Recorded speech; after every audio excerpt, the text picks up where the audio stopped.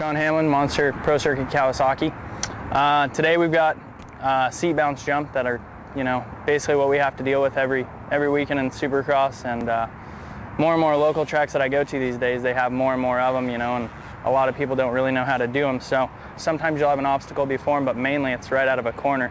Today we've got one right out of the corner at the Kawasaki test track. Me and Ivan, basically what we do is we come in, bring in as much momentum as possible. I can do this one in either first or second. I think he's doing it in first just to get kind of like, the torque of the bike to pull him over it. But mainly, to seat bounce a jump, you don't want to sit too far back. Otherwise, when you do that, the back end's going to load and then rebound, and you're going to go right over the bars. So mainly, it's just to stay neutral. And when you hit the jump, just sit basically like right in the middle of the seat, as if you're just going to take off, off of a start, or even just, when you start your bike and take off to go ride. So just stay neutral, but as soon as you hit the face, just kind of sit into it a little bit. Give it a little bit more of a boost. That way your bike has a little bit of a load into it, and then it pops you up and over rather than straight through it. Now, if you were to just sit down and try and pin it, the thing's gonna go just straight.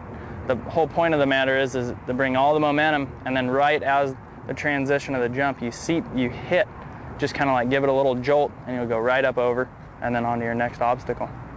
Seat bouncing is not something that you do off of every jump. It kind of takes something such as, like here, the landing's really steep to this thing, so if I were to stand up, I wouldn't be able to downside it perfect. The backside of this tabletop is a little bit steeper, so we want to land on the backside to get as much drive off of it as possible. Definitely try it on a smaller jump before you try it on the faster ones and bigger ones.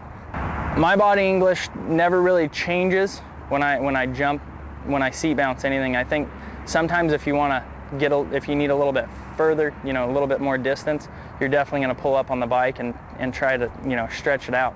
But this thing's mainly, you come through, just carry as much momentum as possible, and your momentum's just going to carry you right over it.